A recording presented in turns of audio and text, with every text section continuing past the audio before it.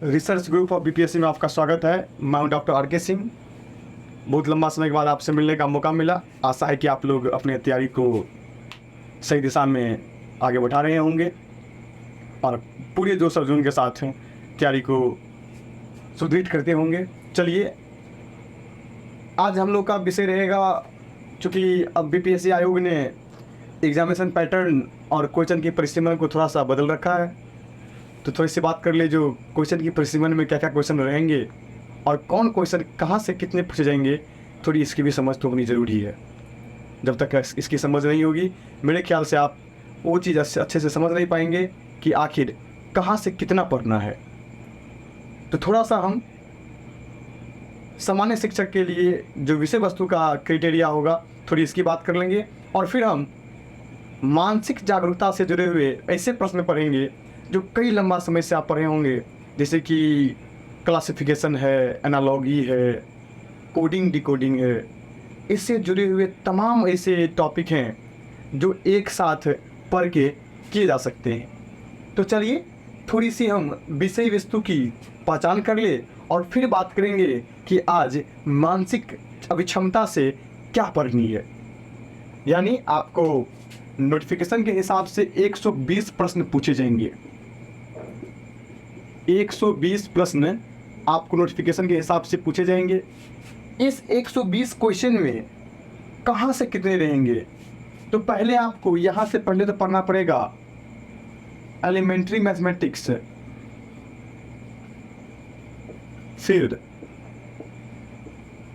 Mental ability. एक तो आपका एलिमेंट्री मैथमेटिक्स है, दूसरा मेंटल एबिलिटी है, तीसरा जनरल अवेयरनेस और चौथा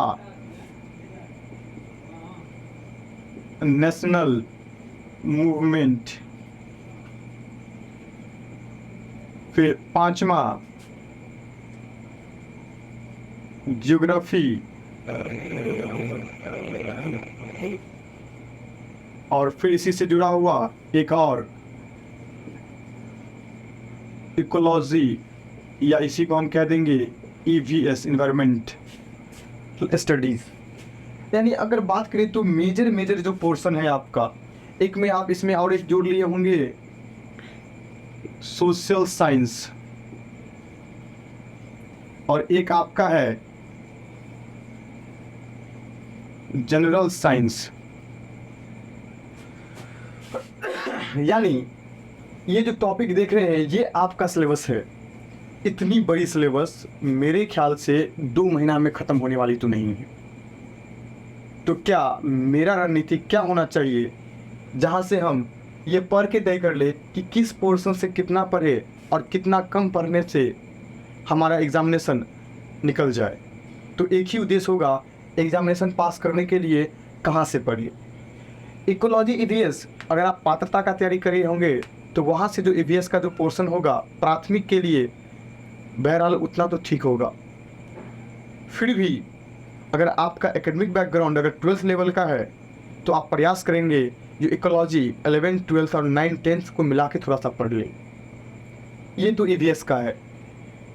जो मेजर बुक है, जो बेसिक NCERT और SCERT की जो बुक है, उस बुक से पढ़ने का प्रयास करेंगे। एलिमेंट्री मैथमेटिक्स में बहुत सारी चीज़ आते हैं, जैसे कि number system, classification, number system, simplification, घातांक और करनी, कुछ अलजेब्रा के पोर्शन है और कुछ कॉमर्शियल मैथमेटिक्स के पोर्शन है। यानी लाभ हानि भी पढ़ना है, चक्रवृद्धि ब्याज, साधारण ब्याज भी पढ़ना है। तो आपका एलिमेंट्री मैथमेटिक्स वहाँ से ख़त्म होगा, औसत पढ़नी रहेगी वहाँ पे। इससे जुड़ा हुआ जो नॉर्मल मैथमेटिक्स है, जनरल मैथमेटिक्स का जो पोर्शन है, वो आपको एलिमेंट्री मैथमेटिक्स में पढ़ना होगा। तो ये तो क्लियर हो गया होगा। रह गया बात मेंटल एबिलिटी की।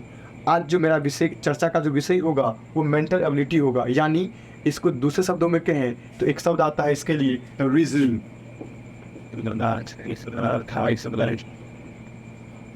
रीजनिंग यानी मेंटल एबिलिटी को दूसरे शब्दों में कहेंगे तो आपको जो रीजनिंग पढ़ना है वो यहीं पढ़ना है। यानी रीजनिंग जब पढ़ेंगे, रीजनिंग में क्या पढ़नी है, बहुत बड़ा सिलेबस भी है, लेकिन आपको जो मेंटल एबिलिटी पूछा जाएगा वो एकेडमिक बैकग्राउंड के हिसाब से ही पूछा जाएगा।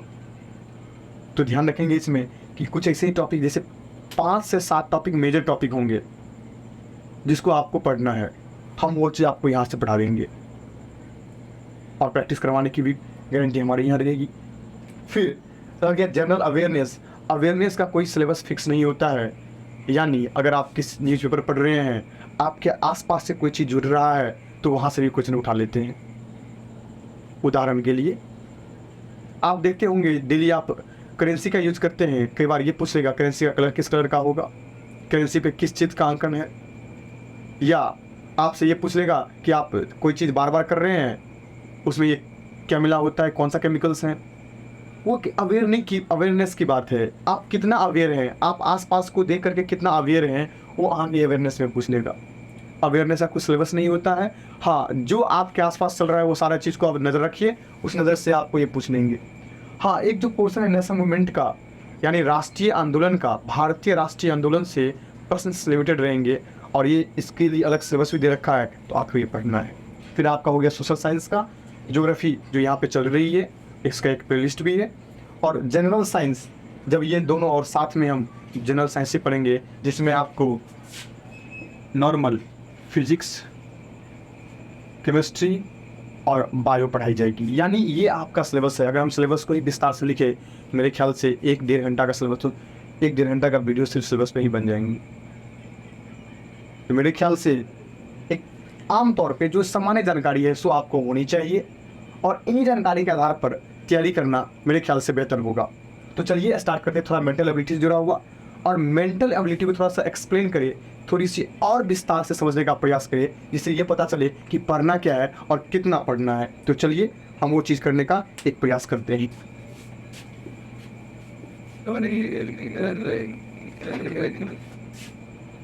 देखिए, मेंटल एबिलिटी, मेंटल एबिलिटी क्या पढ़ना है इसमें, रीजनिंग में पढ़ने के लिए क्या क्या है।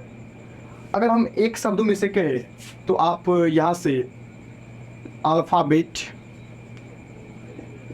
यानी एक चीज़ तो ये, दूसरा आपका coding, decoding, alphabet, coding, decoding,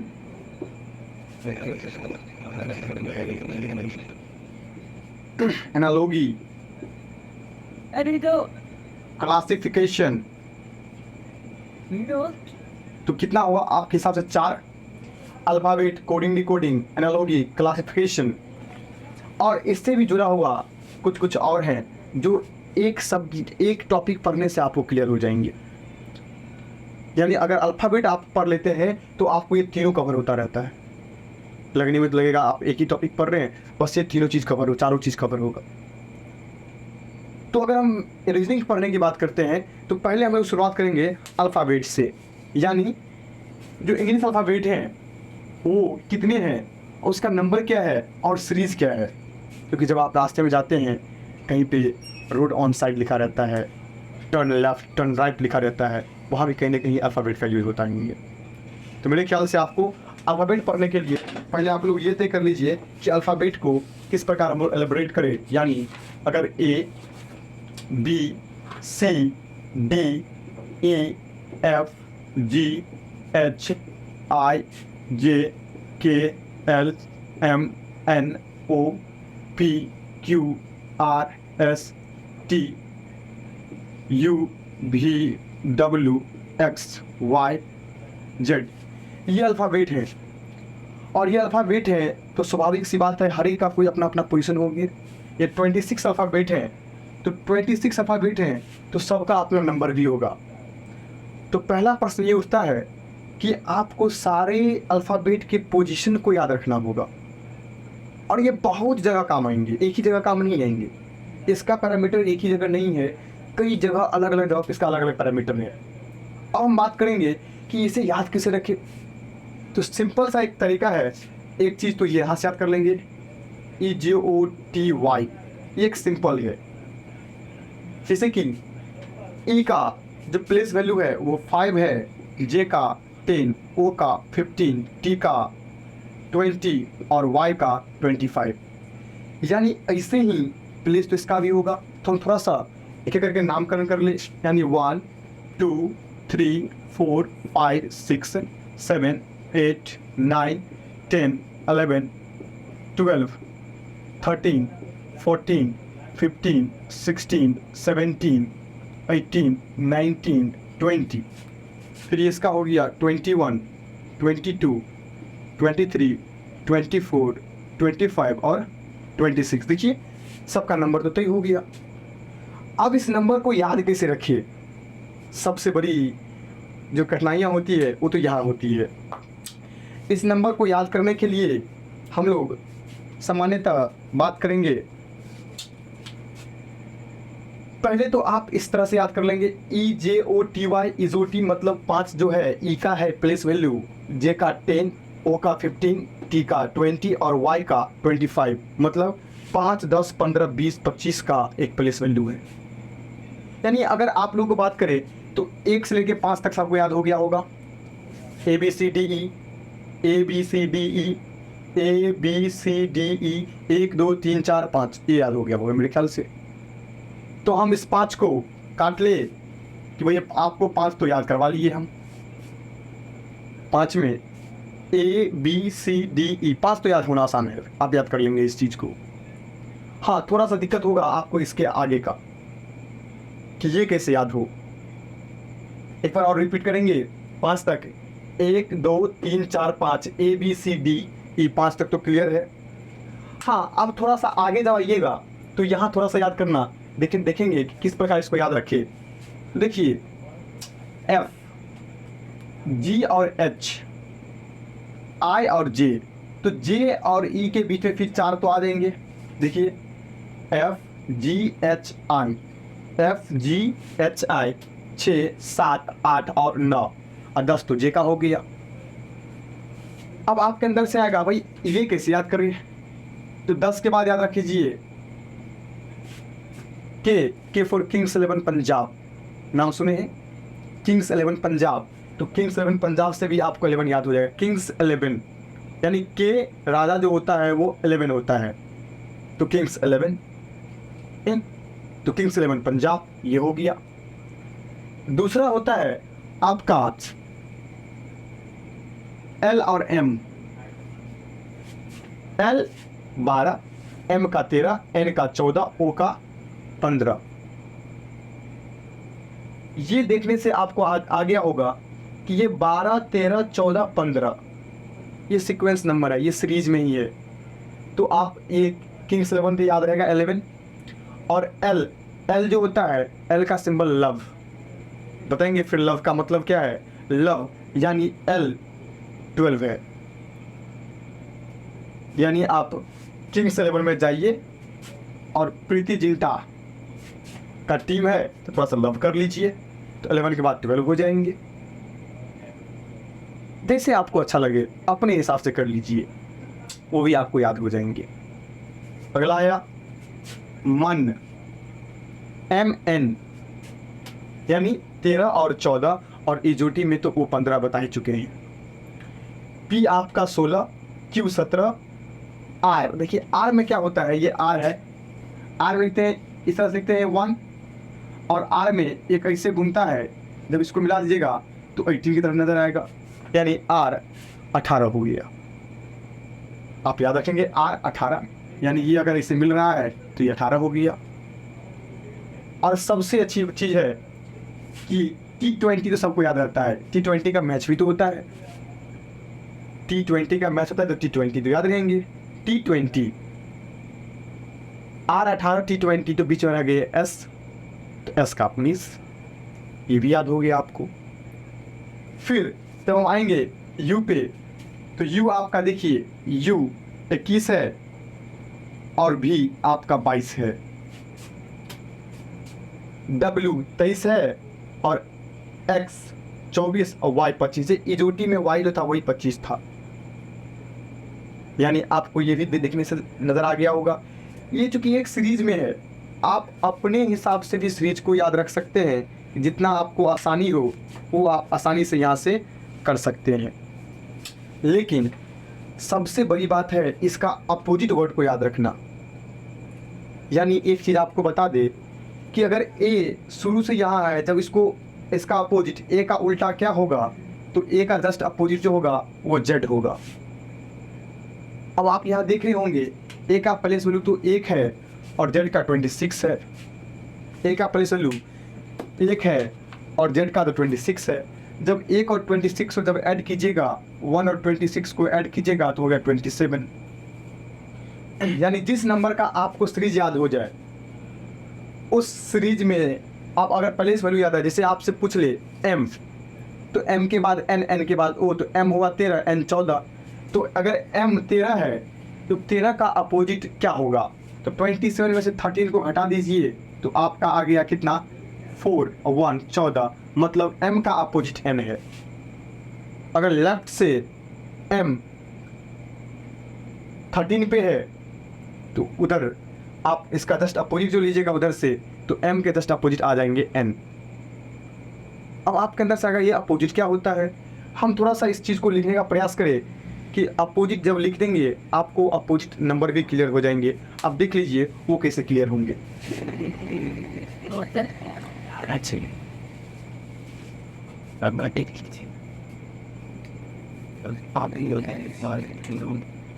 देखिए थोड़ी चर्चा कर ले हम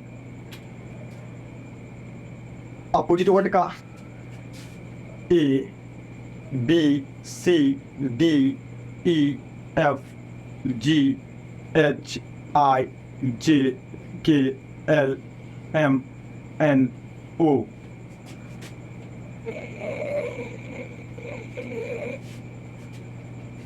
M N O P Q R S T U V W X Y Z. यानी m का जस्ट अपोजिट n है। हम बताए थे दो अपोजिट यानी विपरीत स्थान के अंकों का जो सम होता है वो 27 होता है। यानी अगर आपको एक स्थान पता चल जाए तो आप दूसरा निकाल सकते हैं। उदाहरण के लिए अगर मान लिया जाए इस f का स्थान इधर से कितना है, 6 है, तो 27 में से 6 माइनस कर लेंगे, कितना हो गया आपका 21। यानी f का जस्ट अपोजिट आपका u हो गया और u का स्थान तो 21 था। क्या ये क्लियर हो गया होगा? तो अपोजिट याद करने के लिए हम कुछ शब्दों का यूज कर ले। अब आप इसको आसानी से याद कर लेंगे। एक कहानी बताते हैं, थोड़ा कहानी सुनिए। एक लड़का था, उसने बेपनाह मोहब्बत किया, शादी करने का झांसा दे करके प्यार तो किया। लड़कियां दिल से कमज़ोर होती है तो स्वाभाविक सी बात है वो इस जाल में फंस भी गई। शादी होने के कगार पे थे, लड़का ने वहाँ से कल्टी मार के निकल लिया। लड़की परेशान। जब लड़का अपने दोस्तों से मिलता है तो उसने बड़ी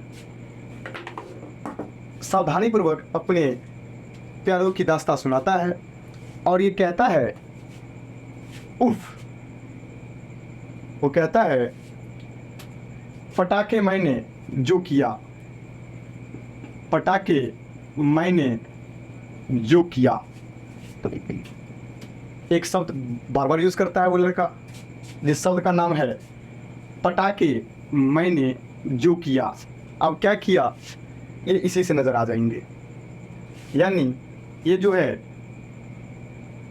पटाखे मैंने जो किया, यानी P का जस्ट अपोजिट जो है वो K है, M का अपोजिट N और J का अपोजिट Q है। आपके अंदर से ये प्रश्न आएगा कि J तो 10 था, इजोटी में J 10 था तो Q कितना होगा? तो J 10 था तो आपको बता दिए थे कि अपोजिट नंबर का सम जो होता है वो 27 होता है। अगर ये 10 है तब ये 17 होगा, तभी तो 27 होगा। तो एक शब्द तो नज़र आ गया कि पटाखे मैंने जो किया, तो पटाखे मैंने जो किया उसमें J और Q एक दूसरे का क्या है, अपोजिट है। दूसरा है मैंने M और N भी एक दूसरे का अपोजिट है। यानी M अगर 13 है, तो 13 में क्या ऐड करेंगे 27 होगा, तो ये 14 जब ऐड करेंगे तो ये 27 हो जाएंगे। फिर पटाके यानी पी का अगर मान लेते हैं ये किंग्स 11 था तो ये 11 था, इसका अर्थ ये है कि ये 16 होगा, तभी तो सम 27 होगा। तो इस कहानी से एक चीज निकल के आता है कि देखिए प्यार का दास्तान जब सुना रहा था तब अपने प्यार के दास्तान में ये बताया कि पटाके मैंने जो किया ये सारे एक दूसरे के अपोजिट हैं।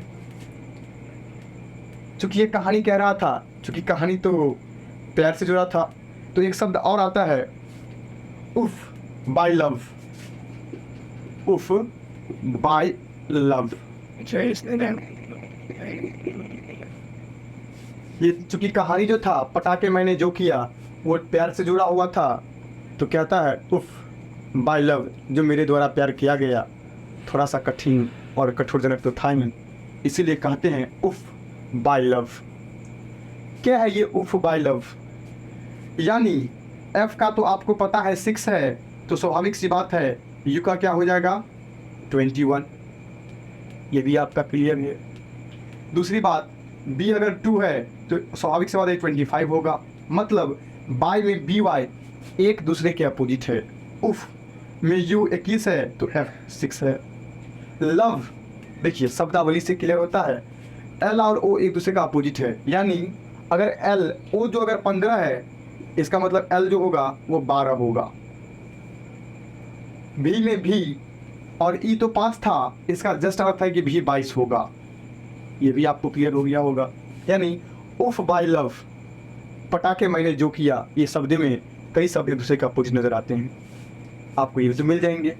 यानी पी के एक दूसरे का अपोजिट है, एम एन भी एक दूसरे का अपोजिट है, जे और क्यू भी एक दूसरे के अपोजिट है। तो उफ बाय लव, पटाके मैंने जो किया, इसमें ही एक दूसरे का कई वर्ड आ जाते हैं। यानी 2 2 4 4 4 8 9 10 11 12 13 14 वर्ड तो इसी में आ गए।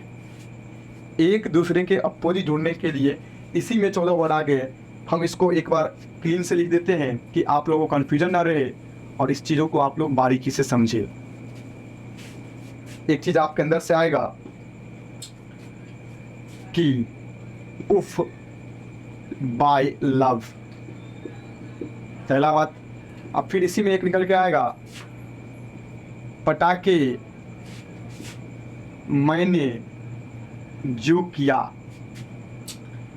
यानी ये सारे वर्ड जितने भी 2 2 वर्ड लिखे हैं पेयर में, ये सब एक दूसरे के अपोजिट हैं। यहाँ भी 2 पेयर बना लीजिए अपोजिट हैं, और यहाँ भी 2 पेयर बना लीजिए अपोजिट हैं। शेरशाह सूरी एक रोड का निर्माण किया था, चूंकि ये जीके का जुड़ा हुआ प्रश्न भी है और काफ़ी महत्वपूर्ण भी है। कहा जाता है कि आज का जो NH है, उस टाइम में जो NH था वो इससे भी बेहतर हुआ करता था, जिसका नाम था GT रोड, यानी ग्रांड ट्रंक रोड। यानी GT जो है एक दूसरे के अपोजिट है। GT रोड में G अगर 7 है तो T 20 होंगे, यानी GT रोड जो था उसमें GT एक दूसरे के अपोजिट है।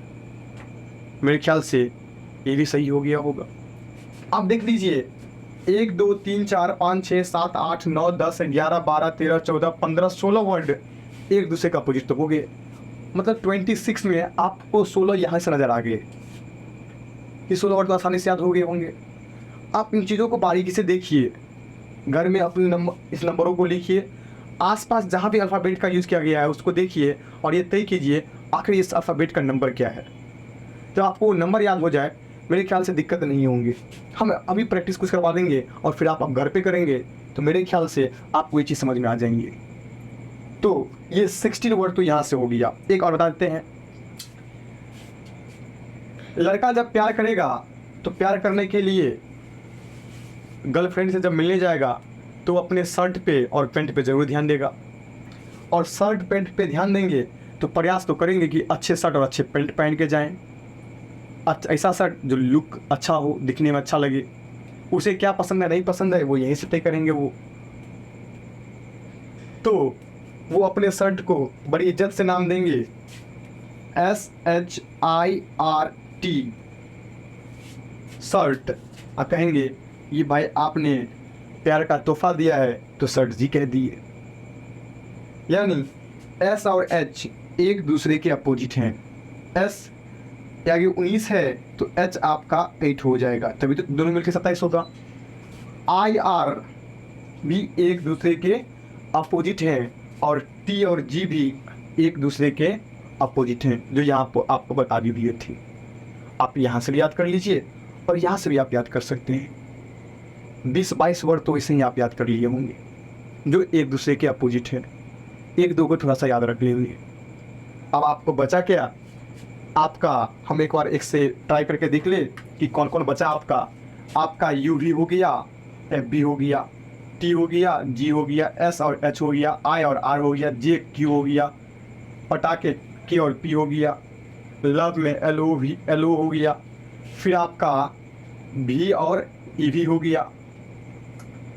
थोड़ा सा इधर आ जाए, एम एन हो गया और बाई में बी वाई हो गया। अब देखिए अब आपका बच क्या गया, ओनली ए जेड बच गया। तो ए अगर आपका 22 है तो ए अगर 1 है तो जेड आपका 26 है, सब मिलकर 27 तो हो गया आजाद ठीक। और यहाँ से एक चीज़ और याद रख लीजिए, ना तो क्या सला सी का एक्स और डी डब्ल्यू। देखिए एक तो है डी डब्ल्यू, इसे याद रख लीजिए, आसान तरीका है। यानी आपको ए जेड बच गया, सी एक्स बच गया और डी डब्ल्यू बच गया। देखिए आपका सारा हो गया, जितना लिखे थे इसमें सारा का सारा चीज़ आ गया। उफ बाय लव, पटाखे मैंने जो किया, सट जी और जी टी, फिर आपका बस इतना होने के बाद बस ये 6 रह गया।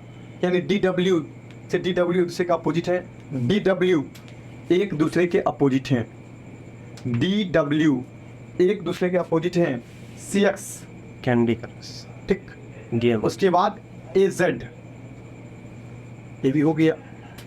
तो मेरे ख्याल से ये सब आपको समझ में आ गया होगा। चलिए थोड़ा सा प्रैक्टिस कर ले कि आखिर वर्ड को पकड़े कैसे और लेफ्ट राइट का समझ कैसे हो। अगर वो चीज़ समझ में आ जाएंगे तो मेरे ख्याल से आप इन चीज़ों को अच्छे से समझ जाएंगे। तो चलिए थोड़ी सी अभ्यास करें कि हमें जो पढ़े उसमें अभ्यास किस स्तर पे करें जो बेहतर होगा। वो अभ्यास करने के लिए हम एक वर्ड लिखते हैं जैसे मेंटल, MENTAL मेंटल। अब M का नंबर क्या है, E का, N का, T का, A का और L का, झट से इसको लिख लीजिएगा, मेरे ख्याल से आपको दिक्कत नहीं होगी। चलिए ये M है तो ये कितना हुआ 13, A का 5, इसका 14, इसका 20, A का 1 और L में बताए थे लव, ओ तो 15 था तो L स्वाभाविक सी बात है 12 होंगे, तब तो दोनों मिलके 27 होंगे। यानी इस वर्ड में भी जहाँ जहाँ वर्ड देखिए उस वर्ड में जब भी वर्ड आपके सामने आया जस्ट उसका नंबर आपके दिमाग में आना चाहिए। जिस दिन ये हो जाएगा रीजनिंग का 7 से 8 प्रश्न आसानी से आप बना लेंगे।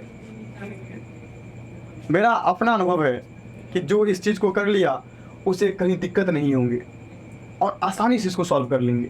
लेकिन मेंटल में 13 है, फिर 5 है, फिर 14 है, ये 20, ये 1 और ये L। फिर अगर हम देखते हैं BPSC की बात करें, BPSC B का 2 है और आप बताए थे आपको पटाखे मतलब PK, K का 11 किंग्स 11, K का क्या किंग्स 11 क्या था पंजाब किंग्स, मतलब के 11 था तो P स्वाभाविक सी बात है 60 हो जाएंगे। S 19 था कैसे सर्ट जी SHI, तो H का तो 8 तो 19 + 8 तभी तो 27 होंगे। यानी ये 19 और ये आपका 3 था। इससे आपको ये नंबर नजर आएंगे।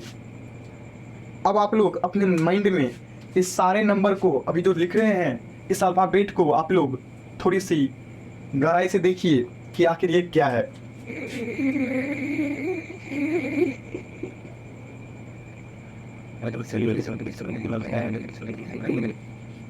इस नंबर में आपको अंदर से ये चीज आना चाहिए कि इसका वर्ड क्या है। GT बताए थे T20 तो G7, तो ये G कितना हो गया 7, T20 H8, फिर S का 19, P का 16, S का 19, A का 1, G का 7। देखिए इस तरह से जब भी आप वर्ड लिखे इसका एक नंबर आना चाहिए आपको कि इसका अपोजिट क्या होगा, यानी एक दूसरे का अपोजिट उस नंबर का पहले से वैल्यू भी याद होना चाहिए। यानी अगर कोई नंबर है, कोई अल्फ़ाबेट है, उस अल्फ़ाबेट का जो पैलेस है वो एक दूसरे का जब अपोजिट पैलेस को ऐड करेंगे तो 27 होते हैं।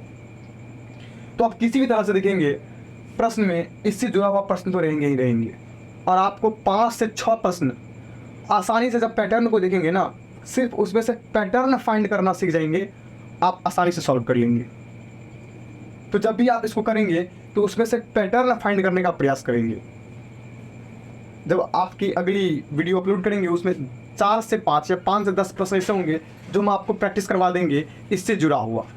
जब आप इस चीज़ों को प्रैक्टिस कर लेंगे तो करना बहुत आसान होगा कि इससे आपका एनालॉजी सॉल्व हो रहा है, कोडिंग डिकोडिंग हो रहा है, अल्फ़ाबेट का हो रहा है, क्लासिफिकेशन हो रहा है, मतलब कई ऐसे टॉपिक हैं रीजनिंग से जो आप आसानी से यहाँ सॉल्व कर रहे होंगे, जो ये आपको यहाँ से नजर आ देंगे। वही जब आप इन चीज़ों को जहाँ आपके आसपास अल्फ़ाबेट लिखा है उस अल्फ़ाबेट का नंबर आपके दिमाग में आना चाहिए, हर वक्त ये सोचिए। जब ये आ गया आप आसानी से सॉल्व कर लेंगे।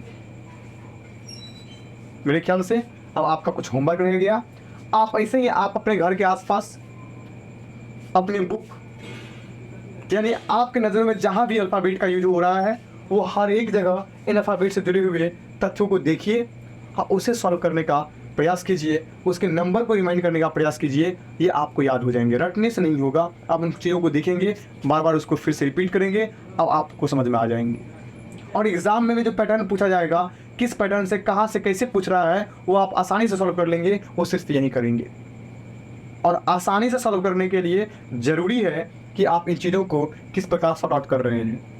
यानी अगर आपको नाम ही देंगे इसमें क्या होगा बताइए, तो ये भी बताए थे, ये आर में आपको बताए थे जो आर किसका अपोजिट था।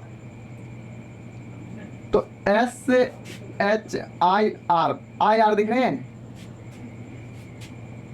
SH और IR, यानी ये 19 था, ये 8 था, तो ये 9 होगा, तो ये कितना हो जाएगा 18 हो जाएगा। तभी तो समझ में आ जाएगा। देखिए ये 19 में कितना जोड़िएगा तो अगला वाला आ जाएगा, ये वाला आ जाएगा, ये हो गया 27, फिर ये 9, तो ये हो जाएगा आपका 18, तभी तो होगा 27।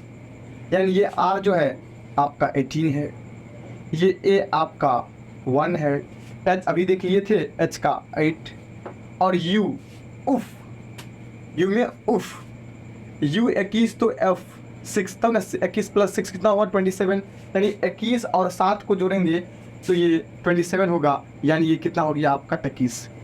और लव L और O 15, तो L कितना हुआ 12। देखिए आप जब भी ये जहाँ मिले इस वर्ड को उसी प्रकार लिखने का प्रयास करेंगे, आपको ये टॉपिक समझ में आ जाएंगे।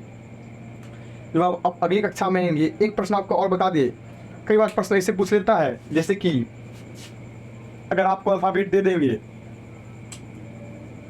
और अल्फ़ाबेट के बाएं या दाएं पूछेंगे, या बोलेंगे इंग्लिश अल्फ़ाबेट के जो 5वें अक्षर के बाएं से 5वें अक्षर कुछ देंगे, इंग्लिश अल्फ़ाबेट के बाएं से 5वें अक्षर के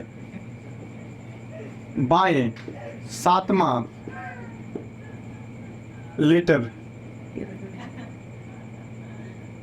होगा। अब आपके अंदर से आएगा इंग्लिश अल्फाबेट के बाएं से 5वें अक्षर के बाएं, बाएं से पांचवें अक्षर के बाएं। तो अब आपको ये समझ में होगा कि दोनों तो बाएं हैं, बाएं से पांचवा और बाएं से सातवां। जब आपको प्रश्न पूछेंगे यहाँ पे, तो यहाँ पे तीन तरह के प्रश्न पूछेंगे। या तो आपको बायां बायां रहेगा, दो दो दो वर्ड लिखा होगा बायां बायां, या आपको दायां दायां लिखा रहेगा। ये चीज़ हो सकता है। ये वाला प्रश्न जहाँ भी पूछेंगे ना, दो चीज़ से पूछा होगा, या पूछेगा आपको बायां बायां बता दीजिए, दायां दायां बता दीजिए, या आपको एक चीज़ और रहेगा। ये तो पहला केस है, ये आपका दूसरा केस है, और ये आपका तीसरा केस है। यानी आपको पूछेगा दायां बायां, या इसी को बायां दायां भी कह सकता है, कोई दिक्कत की बात नहीं है। यानी दो तो सेम वाला होगा और एक डिफरेंट वाला होगा। यानी जब आपको बायां बायां मिल जाए तो यहाँ पे घटाना है, अगर आपको दायां दायां मिल जाए तो भी आपको घटाना है, और आपको दायां बायां मिल जाए तो यहाँ पे आपको जोड़ना है। अब आपके अंदर से आएगा प्रश्न, किसको घटाना है और किसको जोड़ना है। किसको घटाना है देखिए लीजिए, यहाँ पे इंग्लिश अल्फाबेट के बाएं से पांचवें अक्षर के बाएं, बाएं से पांचवें अक्षर। यानी अगर आपको बात करें A B C D E F G H I J K L M N O P Q R S T U V W X Y Z, तो बाएं से पांचवा अक्षर कौन हुआ? 1 2 3 4 5वां अक्षर तो ये होगा। इस अक्षर का दायां इस साइड और बायां इस साइड। तो बाएं अक्षर इंग्लिश अल्फाबेट के बाएं से पांचवें अक्षर के बाएं सातवां अक्षर, सातवां अक्षर लिख लीजिए होगा। अब इसके बाएं, तो इधर तो दाएं दाएं जाएंगे, इसके बाएं इधर आएंगे नहीं। तो 1 2 3 4